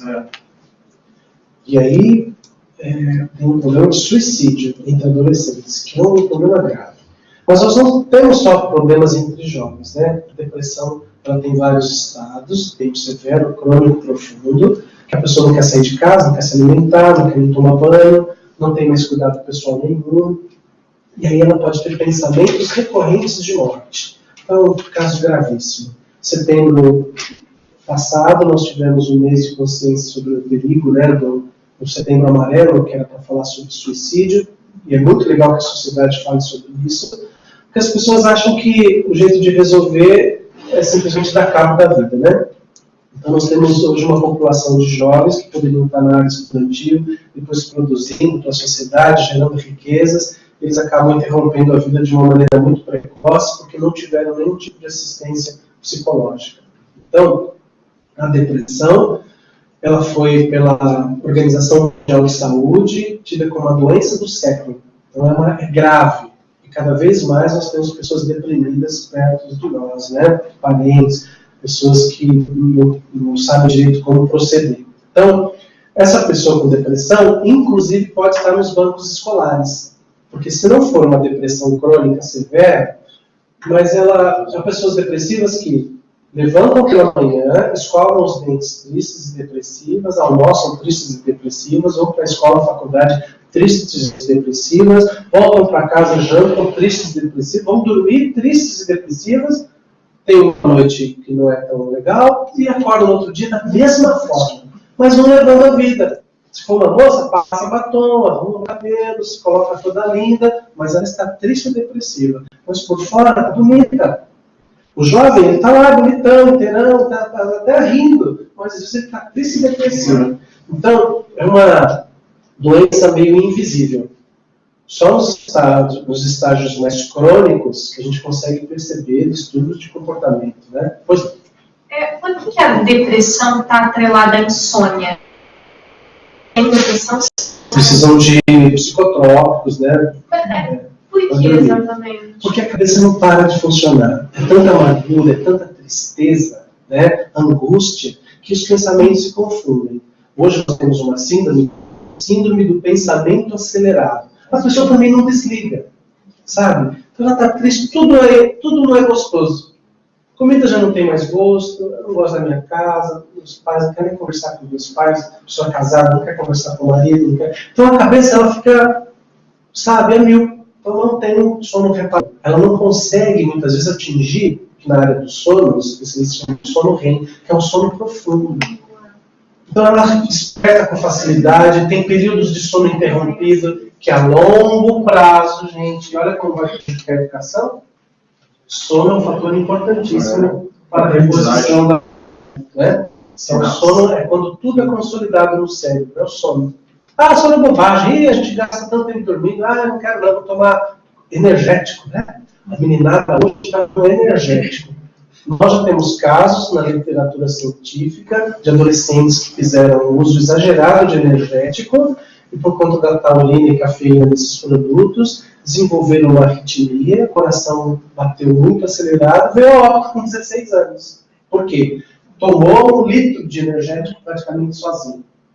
Eu preciso ficar acordado. Tem um caso de uma menina que ela foi para a Itália e ela queria fazer todos os passeios de Roma num dia.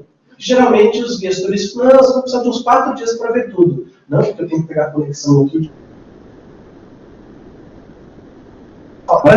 É o selfie. Se eu não tirei selfie, eu não vivi aquele momento. É uma ilusão do nosso tempo isso. E ela, para dar conta de fazer todos os roteiros, tomou não sei quantas latinhas de energético, menina com 16 anos, a vida inteira pela frente, e ela teve uma parada cardíaca irreversível e veio óbito. Então, a depressão, ela vai gerar um estado de ânimo também muito desmotivador. E ela pode cair para as drogas, tem várias formas para se manter acordada, né? E aí prejudica a sono. Outra perguntinha aqui. Andragogia já falei. Aqui eu já falei. Arcaico. Acho que eu já mencionei todos. Alguém tem mais alguma dúvida? Eu queria só falar uma coisa. Quando você falou da andragogia, dessa parte das duas forças, do interesse e da necessidade, também tem o lado contrário. Quando a gente chega na sala de aula com as crianças, muitas vezes a gente se depara com um interesse tão grande que eu não sei trabalhar com esse interesse. Mas de todos os panoramas... É a busca que a gente tem que vir. Ó, de todos os panoramas, Márcia, eu vou dizer que este é o melhor. Alunos interessados. Eu particularmente, como professor, eu sei da minha experiência. quando o aluno está interessado, parece que rende mais. É maravilhoso. Eu gosto, porque ele tira mais, ele me espreme. Eu tenho coisas para dar, mas às vezes eu não sei até onde eu vou, né? Mas se o aluno faz perguntas e perguntas inteligentes, que demonstram interesse, aquilo fica muito melhor. Mas pode gerar no professor um pouco dessa preocupação, que eu entendo que você está falando, né? Meu Deus, a turma quer demais, eu não sei se eu estou pronto para dar. Aí é o que a gente tem que fazer, ir atrás de cursos de conhecimento. É uma pós, é um curso livre, é uma palestra, é uma convenção, é um congresso, é um simpósio, né? Aquele professor que parou no tempo, porque ele tem um título de mestre, ele já tem uma especialização, ele já acha que é o bambambam, gente, que engodo, que engano que é isso. Pensar que eu já atingi um patamar, que eu já tenho um mestrado tal, eu já fiz 2 pós e já está tudo bem. Não é assim que funciona. Por quê? Por conta de todas essas tecnologias e mudanças no nosso mundo, nós temos informações frescas sempre saindo. Eu dou aula em 2 universidades na área de neurociências. E eu preciso constantemente estar atrás de coisas, gente. De um semestre para o outro muda um monte de coisa. Aí eu tenho que mudar os meus slides. Aquela coisa de professor faz os slides e fica 10 anos com os mesmos slides, tem que ser revisto, porque tem coisas novas que são descobertas, né? Recentemente eu fui pesquisar bastante sobre memória, descobri áreas do cérebro que trabalham com memória que alguns anos atrás não sabia se trabalhasse com memória. Então, tem hoje os departamentos de neurologia do mundo inteiro, das maiores faculdades, se debruçam sobre o cérebro. Há tantas coisas interessantes que estão falando sobre o cérebro que já se fala sobre a possibilidade de transplante cerebral daqui a alguns anos. E a questão que esbarra é, ok, a pessoa então teve um tumor cerebral, vamos fazer o transplante, vamos pegar o cérebro de uma outra pessoa que morreu, mas era do coração, o cérebro está bom, tem um tempo de que a gente pode fazer esse transplante, vamos transplantar. Resolvido todas essas questões das articulações, das terminações nervosas, que eu não sei como se dará isso, talvez em 100 anos a gente vai resolver isso, não sei. A pergunta é, de quem serão as memórias? Não é? Então tem todas essas questões, mas o transplante cardíaco, que também é tão complexo, já existe. Então a ciência está assim, muito acelerada. Tem grupos científicos na China, Estados Unidos, Canadá, em todos os lugares, pesquisando o cérebro. E é tão interessante, eu já dizendo, olha que interessante, né? Um pesquisador brasileiro estava fazendo uma pesquisa sobre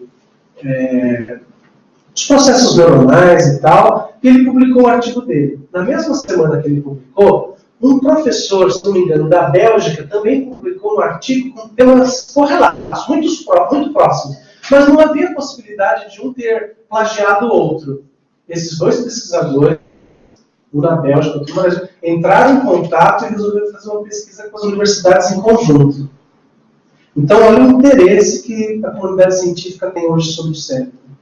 Então, na área da educação e da aprendizagem, nós estamos nos apropriando desses novos conhecimentos, que são produzidos. Hoje de manhã, talvez já tenha um artigo científico novo, que deixa tudo que a gente acreditou um pouco mais obsoleto, um pouco mais arcaico, um pouco mais fora de uso. Por quê? Tem coisas novas sendo produzidas pelo tempo. Então, o professor, quando se depara com uma turma ávida, ele vai ter que correr atrás. Certo? Dúvidas? Angústias? Queridos, eu quero agradecer imensamente a presença de vocês hoje aqui na instituição, por me ouvirem durante esse tempo, falando sobre esse assunto que é tão interessante. E quero incentivá-los, né, assim, com bastante entusiasmo, quem pensa em fazer uma pós, está em dúvida, quer a educação, vou fazer letramento, vou fazer neurociência, vou fazer psicopedagogia, é uma opção e é bastante interessante, porque tem todas essas questões técnicas que nós mencionamos, tá bom? E os preços que me passaram hoje promocionais também eu acho que são bastante atraentes. Muito obrigado pela atenção. Mais alguma coisa, Maurício, que eu esqueci? Não? Tudo isso, né? Tá. Gente, obrigado, viu? Obrigado, estou à disposição. Parabéns, viu, Marcelo? Eu que agradeço.